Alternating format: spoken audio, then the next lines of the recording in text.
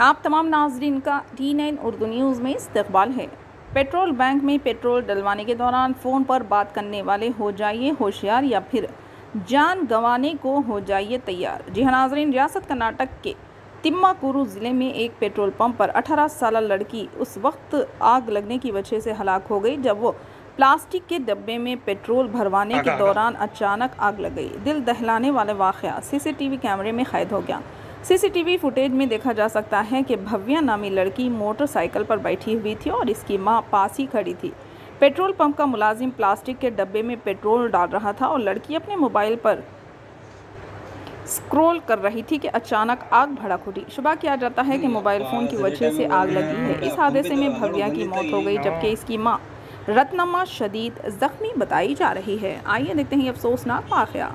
Channel को like करें, share करें और सब्सक्राइब करना ना भूलें।